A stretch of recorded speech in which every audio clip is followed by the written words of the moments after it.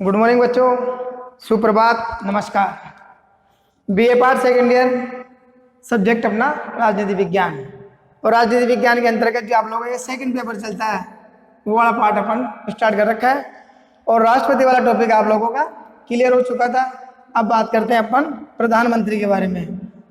The prime minister of India, कि भारत का प्रधानमंत्री कैसे बनता है, कौन उसकी नियुक्ति करता है, किस प्रकार से बनता है, कौन कौन से व्यक्ति भारत देश का प्रधानमंत्री बन सकता है, अब तक कितने व्यक्ति प्रधानमंत्री पद तक पहुंचे हैं और किस तरह से पहुंचे वो, उनके राजनीति के क्षेत्र में क्या करना पड़ता है, किस प्रकार से जो एक प्रक्रिया होती है उसी के संदर्भ में हम लोग बात करते हैं। देखिए, सबसे पहले हम बात करते हैं अनुच्छेद 74।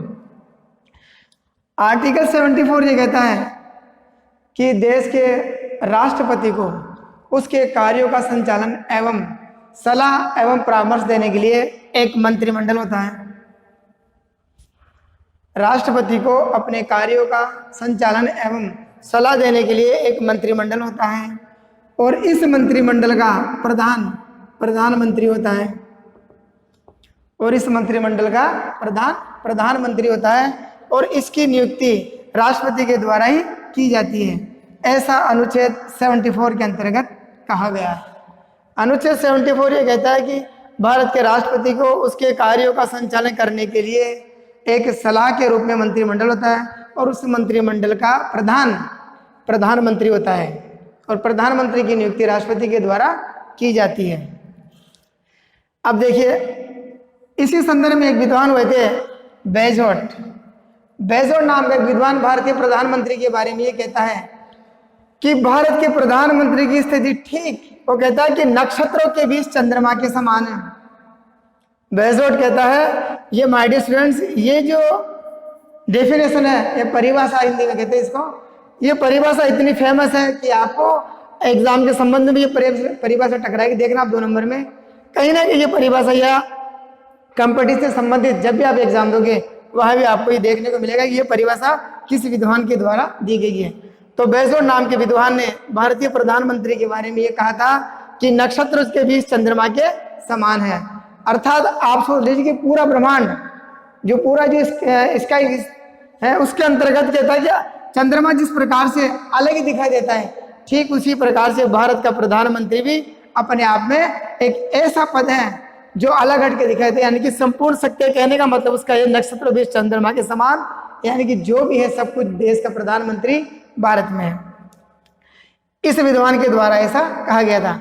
अब आइए अनुच्छेद 75 क्या कहता है। आर्टिकल 74 में यह कहा गया कि भारतीय प्रधानमंत्री की नियुक्ति राष्ट्रपति के द्वारा की जाएगी और जो मंत्रिमंडल गठित किया जाता है, यह मंत्रिमंडल का पूरा गठन एक प्रकार से मैं ये कह दूं कि प्रधानमंत्री की सलाह से, मंत्रिमंडल का गठन प्रधानमंत्री की सलाह से राष्ट्रपति के द्वारा किया जाता है। ध्यान रखना इस बात का, प्रधानमंत्री की नियुक्ति राष्ट्रपति के द्वारा की जाती है। इसके संदर्भ में आगे और बताएंगे कैसे नियुक्ति होती है। मेन टॉपिक का है कि प्रधानमंत्री की नियुक्ति भी राष्ट्रपति के द्वारा की जाती है। अब ये कहता है कि अनुच्छेद 75 ये कहता है कि प्रधानमंत्री की नियुक्ति राष्ट्रपति के द्वारा की जाती है, लेकिन जो मंत्रिमंडल होता है वह मंत्रिमंडल लगभग प्रधानमंत्री के द्वारा ही तय किया जाता है कि किस व्यक्ति को नियुक्त करना है या नहीं करना है। लेकिन मंत्रिमंडल के सदस्यों की नियुक्ति भी राष्ट्रपति के द्वारा ही की जाती है। ये यहाँ समझने वाली बात है। नियुक्ति राष्ट्रपति करता है, लेकिन एक प्रकार राष्ट्रपति ये मान के चलो कि जैसा प्रधानमंत्री कहता है राष्ट्रपति को ठीक उसी प्रकार के सब कुछ करना पड़ता है। आप लोग ये मान के चलो कि रबड़ की मोहर एक, आप लोगों ने मेम से पढ़ा होगा, राष्ट्रपति एक प्रकार से स्टाम्प है, जैसा प्राइम मिनिस्टर कहेगा वैसा राष्ट्रपति को करना पड़ता है। अब आप लोग देखिए, प्रधानमंत्री की नियुक्ति के संदर्भ में बहुत सारी बातें हुई है कि प्रधानमंत्री की नियुक्ति अनुच्छेद 75 के अंतर्गत राष्ट्रपति के द्वारा की जाती है, लेकिन प्रधानमंत्री बनेगा कौन व्यक्ति, इसके लिए बहुत सारी प्रावधान हमारे भारतीय संविधान के अंतर्गत दिए गए। देखिए, सबसे पहले तो मैं आप लोग ये बताना चाहता हूं कि प्रधानमंत्री की नियुक्ति राष्ट्रपति के द्वारा की जाती है, यह निश्चित है। लेकिन राष्ट्रपति भी ऐसा नहीं है कि किसी अरे गहरे व्यक्ति को उठाकर प्रधानमंत्री बना देगा। सबसे पहले शर्त होती है प्रधानमंत्री बनने के लिए कि लोकसभा में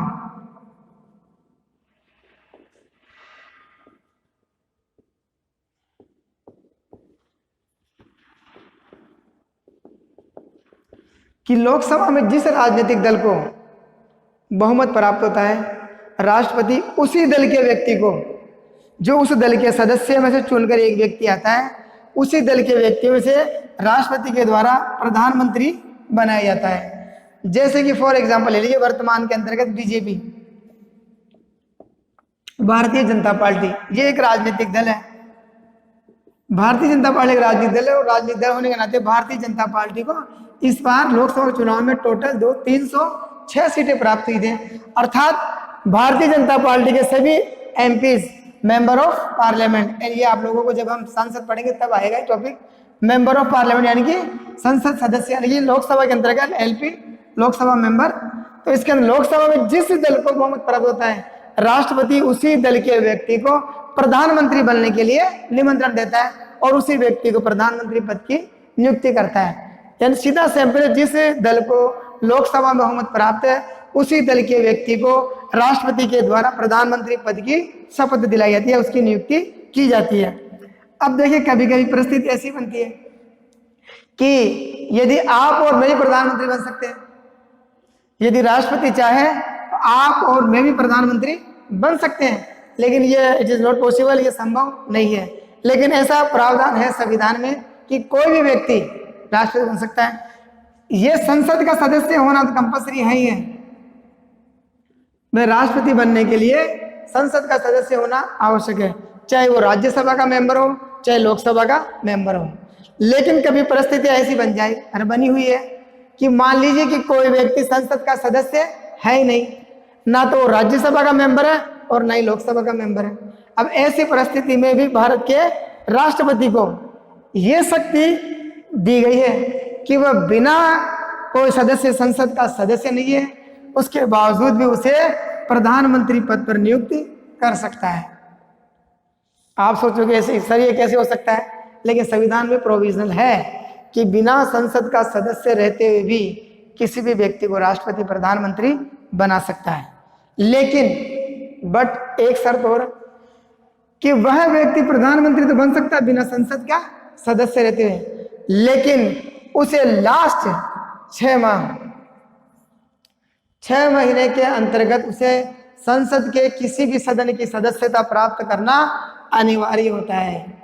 कि वह 6 महीने के अंतर्गत या तो राज्यसभा की सदस्यता प्राप्त करे या लोकसभा की सदस्यता प्राप्त करे। इसलिए यह एक शर्त लगा रखी है कि बिना संसद का सदस्य रहते भी कोई भी व्यक्ति देश का प्रधानमंत्री बन सकता है, लेकिन शर्त यही है कि उसे 6 महीने के अंतर्गत संसद के किसी भी सदन की सदस्यता प्राप्त करना आवश्यक हो जाता है। It's clear? मैं बिना संसद के सदस्य रहते हुए कोई व्यक्ति प्रधानमंत्री बन सकता है, लेकिन बस शर्त यही कि वह 6 महीने के अंतर्गत संसद के किसी भी सदन की सदस्यता प्राप्त कर लेना चाहिए। अन्यथा यदि वह संसद की सदस्यता प्राप्त नहीं कर पाता है, अर्थात उसे प्रधानमंत्री पद से त्यागपत्र देना ही होगा। यदि वह ऐसा नहीं कर पाता है तो ऐसी स्थिति उसे 6 महीने के बाद, 6 महीने तक तो प्रधानमंत्री रह सकता है, लेकिन 6 महीने के बाद उसे अपने पद से त्यागपत्र देना ही होता है। ये संविधान में रूल्स है। सोचने वाली बात देखिए, मैंने कहा था बहुमत वाली बात, राजनीति विज्ञान के भारत के संदर्भ में खासकर कि 1984 में पहली बार कांग्रेस पार्टी को पूर्ण बहुमत प्राप्त हुआ था।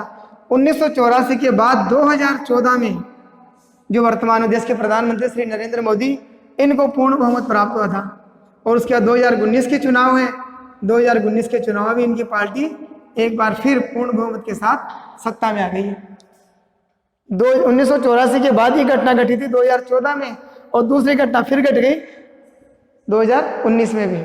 इसी प्रकार से कहते हैं पूर्ण बहुमत वाली सरकारें 1984 के बाद भारत में भारतीय जनता पार्टी और नरेंद्र मोदी के नेतृत्व में हाल में जो वर्तमान में चल रहे देश के वर्तमान प्रधानमंत्री श्री नरेंद्र मोदी जी है, और देश के प्रथम प्रधानमंत्री JL नेहरू अर्थात श्री जवाहरलाल नेहरू।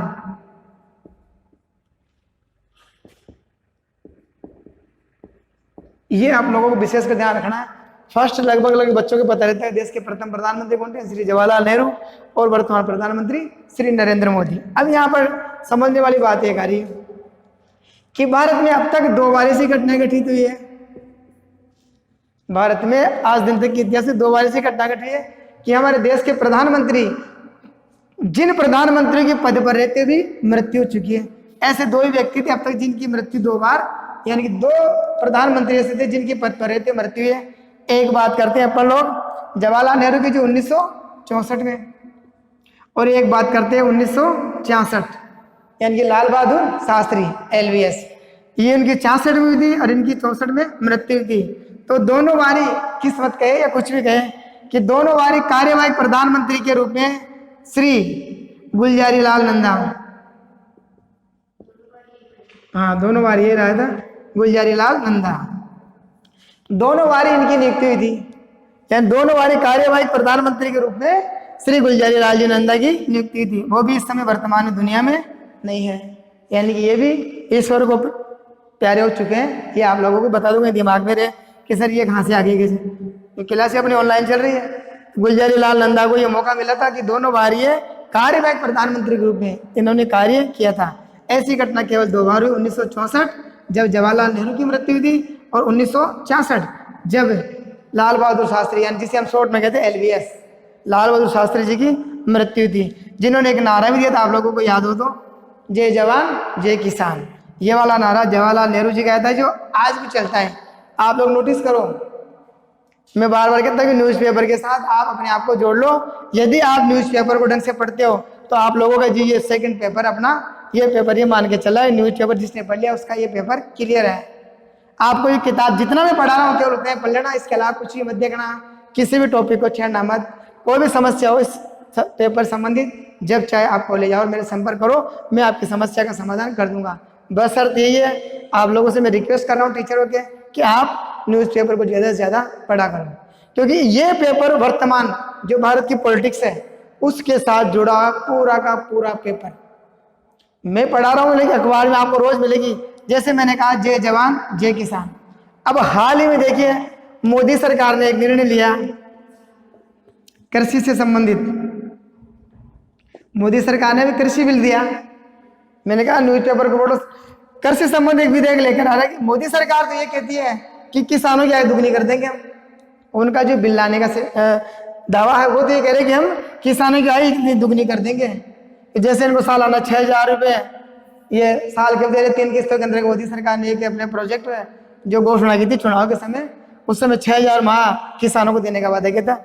लेकिन इस बिल का समस्त जो विपक्षी पार्टियां हैं और किसान वर्ग है, देखिए किस सड़कों पे आ गया, खुलकर विरोध कर रहा है। नहीं, मंडियों में हमारा माल नहीं बिकेगा, हम तो और गरीब हो जाएंगे, हमारे माल की वैल्यूएशन कम हो जाएगी। लेकिन मोदी सरकार का ये मानना है ऐसा कुछ नहीं होगा। मैंने कहा इस टॉपिक का संबंध देखो कहाँ आ गया। जय जवान जय किसान नारा दिया था लाल बहादुर शास्त्री ने, और इस टॉपिक का संबंध देखिए अब यहाँ आ गया, क्योंकि इनका जय जवान जय किसान यानी कि कृषि से संबंधित। भाई भारत में कहा जाता है कि किसान है तो हम है, क्यों? क्योंकि भारत की लगभग 70% आबादी अर्थात कृषि प्रधान देश है भारत। यानी कि अपन लोग देखते हैं, अपने आसपास देख लो, आपको मकान नजर कम आएंगे और खेती के लिए जितने खेत हैं वो आप लोगों को ज्यादा नजर आएंगे। तो कहने का मतलब ये है कि कृषि प्रधान देश है भारत। देश की संपूर्ण अर्थव्यवस्था कृषि पर टिकी हुई है कि यदि बारिश होगी तो हमारा किसान जीवित है, और किसान जीवित है तो हम सब लोग जीवित हैं। अन्यथा किसान दुखी तो ये मान के चला करो महंगाई इतनी आसमान में चल जाती है कि आम आदमी की कमरें टूट जाती है। तो इसलिए मैंने कहा इस टॉपिक का संबंध लाल बहादुर शास्त्री जी ने जय जवान जय किसान का नारा दिया था, और वर्तमान में मोदी सरकार के द्वारा जो कृषि विधेयक लेकर आया है उस विधेयक का अन्य विपक्षी दलों के द्वारा खुलकर विरोध किया जा रहा है। यहाँ तक लगभग क्लियर। हाँ, चौधरी चरण सिंह।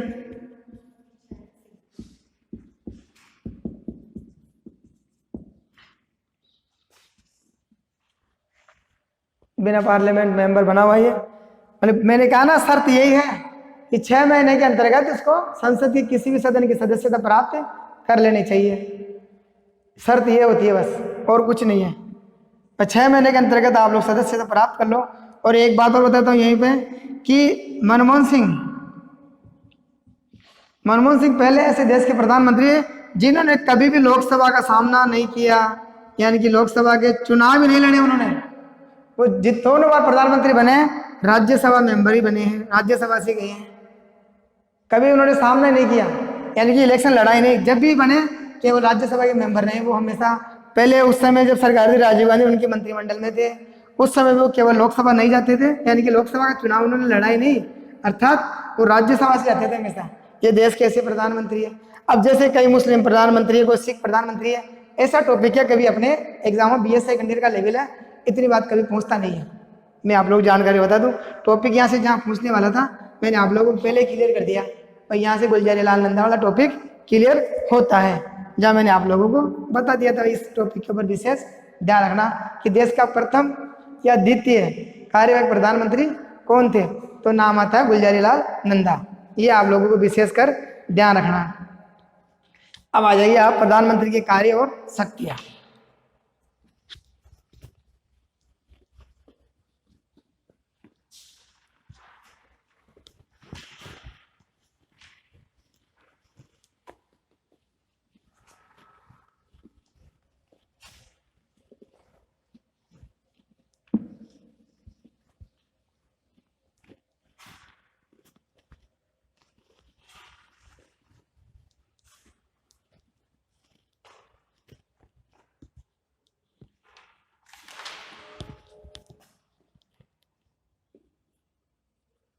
प्रधानमंत्री के कार्य और शक्तियां।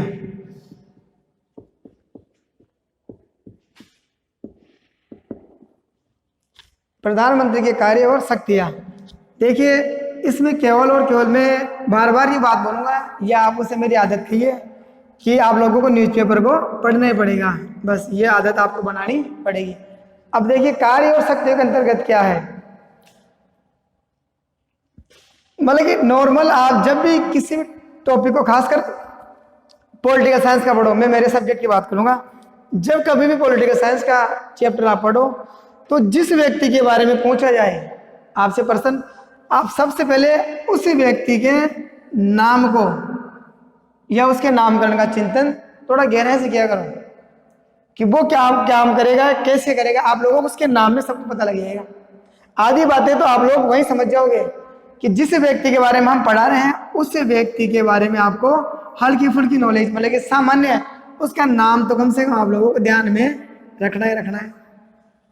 प्रधानमंत्री के बारे में अपन लोगों ने उसकी नियुक्ति वगैरह जो स्थिति भारत में क्या है वो सारी हमने बता दी।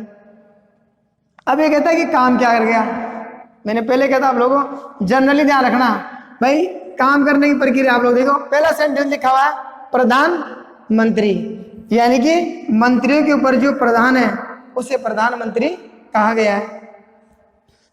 सेंटेंस में छिपा हुआ ही है, तो प्रधानमंत्री क्या काम करेगा, मैंने बोल दिया कि मंत्रियों के ऊपर जो प्रधान है उसे प्रधानमंत्री का नाम दिया गया, अर्थात प्रधानमंत्री के द्वारा संपूर्ण मंत्रिमंडल की नियुक्ति, यह मंत्रिमंडल गठन कहता है।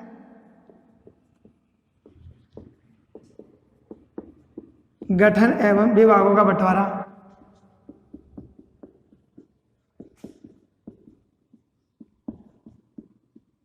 देखिए पहला कार्य था, सबसे इजी वे में चलो, इसे को रटने की जरूरत नहीं है, केवल और केवल समझने की जरूरत है आप लोगों को कि क्या बोल रहा है और क्या कहना चाहता है।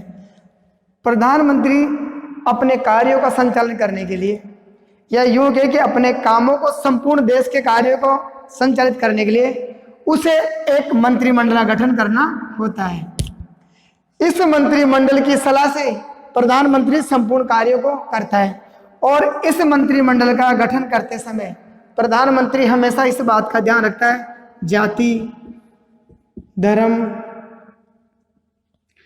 जाति और धर्म का सर्कुलेशन बनाकर प्रधानमंत्री अपने मंत्रिमंडल का गठन करता है।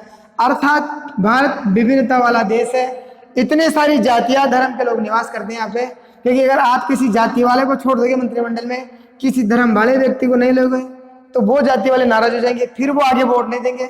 इसलिए प्रधानमंत्री अपने मंत्रिमंडल का गठन करते समय जाति, धर्म और लिंग, बिल्कुल स्त्री और पुरुष का ध्यान रखा जाता है।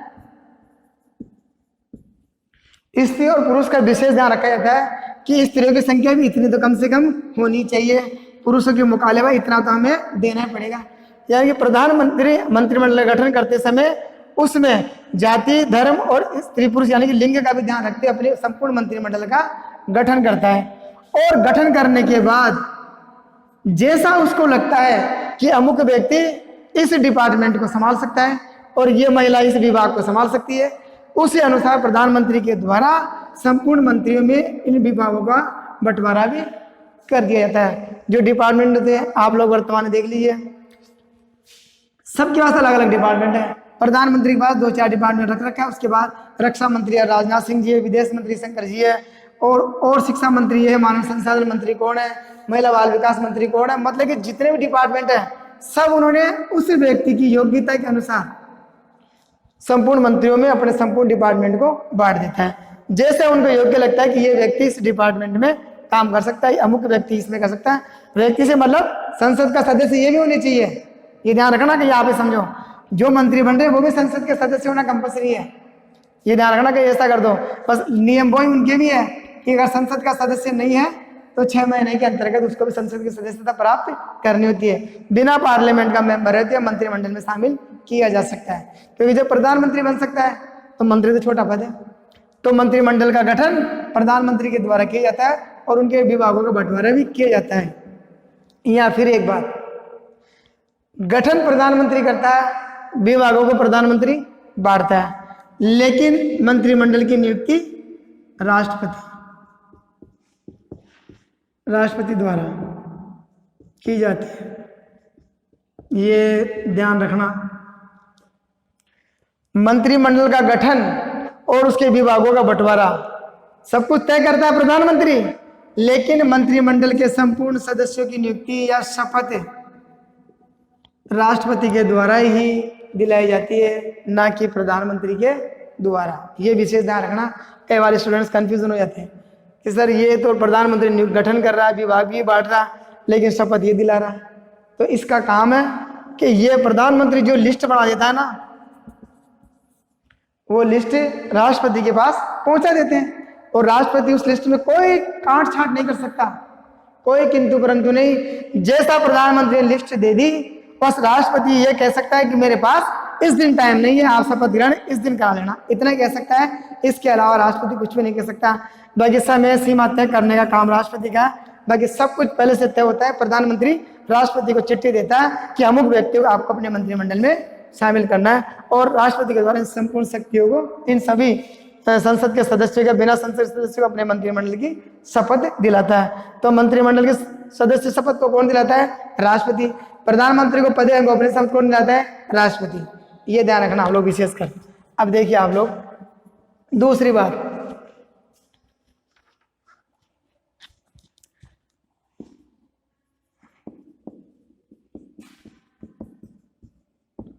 दूसरा कार्य करता है सहायक एवं सलाहकार के रूप में। सहायक एवं सलाहकार, देखिए मैंने पहले भी कहा था कि राष्ट्रपति को सलाह देने के लिए एक मंत्रिमंडल का गठन होता है, और वो मंत्रिमंडल का गठन कौन करता है? प्रधानमंत्री। तो बात यही आ रही है कि राष्ट्रपति को उसको सलाह परामर्श के लिए एक मंत्रिमंडल का गठन किया जाता है। समय समय पर यह मंत्रिमंडल राष्ट्रपति को सलाह देता रहता है, प्रधानमंत्री राष्ट्रपति सलाह देते रहते हैं, लेकिन काम करने का तरीका वही है कि काम करेगा प्रधानमंत्री, लेकिन समय समय पर राष्ट्रपति को उसके कार्यों का संचालन एवं सलाह देने के लिए एक मंत्रिमंडल गठित होता है, जो कार्य प्रधानमंत्री के द्वारा किया जाता है। नेक्स्ट कार्य है मंत्रिमंडल एवं राष्ट्रपति के बीच तालमेल बैठाना, तालमेल बनाना।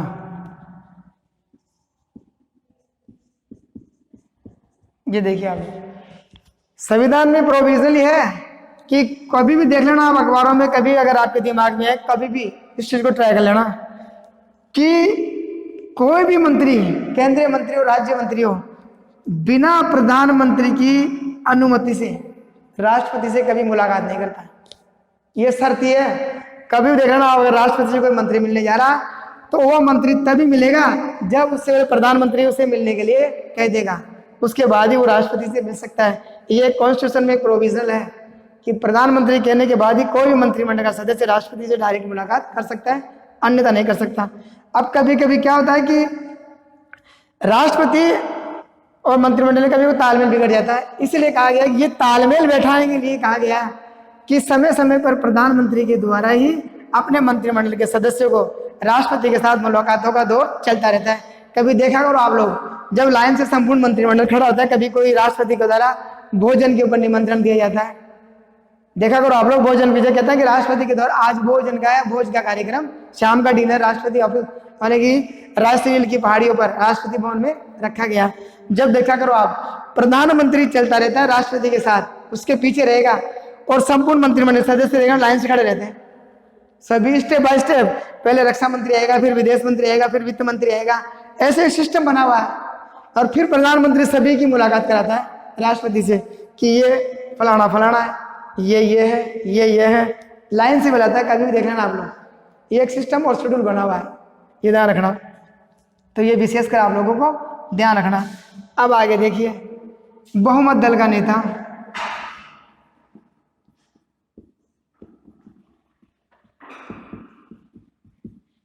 प्रधानमंत्री जो होता है वो बहुमत दल का नेता होता है, अर्थात जिस दल को लोकसभा में बहुमत प्राप्त होता है उस दल में से ही किसी एक सदस्य को, दल के सभी सदस्य मिलते हैं, अपनी मीटिंग बुलाते हैं और उस मीटिंग में उनमें से ही एक सदस्य को वो कह देते हैं कि यह हमारे बहुमत दल का नेता है। राष्ट्रपति को चिट्ठी भेज देते हैं कि आप इस व्यक्ति को प्रधानमंत्री पद की शपथ दिलाइए। अर्थात जब चुनाव होते हैं, जिस दल को लोकसभा में बहुमत प्राप्त होता है उस दल के सदस्यों को राष्ट्रपति के द्वारा प्रधानमंत्री पद की नियुक्ति दी जाती है। अर्थात कहने वाला ये कि अब वो केवल प्रधानमंत्री नहीं ना कि वो बहुमत दल का नेता है, अर्थात जिस दल का वह नेता है उसे उस दल के सदस्यों की भी, उस दल के सदस्यों का भी ध्यान रखना पड़ता है कि मेरे दल को यह बहुमत प्राप्त हुआ था, अब मेरे दल के द्वारा जो जो कार्य किए जाएंगे वो मैं अपने दल के सदस्यों से मिलकर बातचीत करके उस कार्य को करूंगा, अपनी दादागिरी नहीं कर सकता। फिर नेक्स्ट देखिए, संसद का नेता। संसद नहीं, पार्लियामेंट का। ये कहता है कि संसद का नेता कैसे, क्योंकि प्रधानमंत्री संसद का सदस्य होता है और संसद का सदस्य होने के नाते प्रधानमंत्री का ये दायित्व बनता है कि जब कभी भी संसद का सत्र चलता है, देखा करो शीतकालीन, ग्रीष्मकालीन, ये सत्र 3 प्रकार से चलते रहते हैं। सत्र समय समय पर, अब शीतकालीन सत्र स्टार्ट होगा अपना, सर्दी आ गई। अब संसद का नेता भी है वो, यानी संसद का नेता कैसे है कि जो प्रधानमंत्री होता है वो राज्यसभा से भी हो सकता है।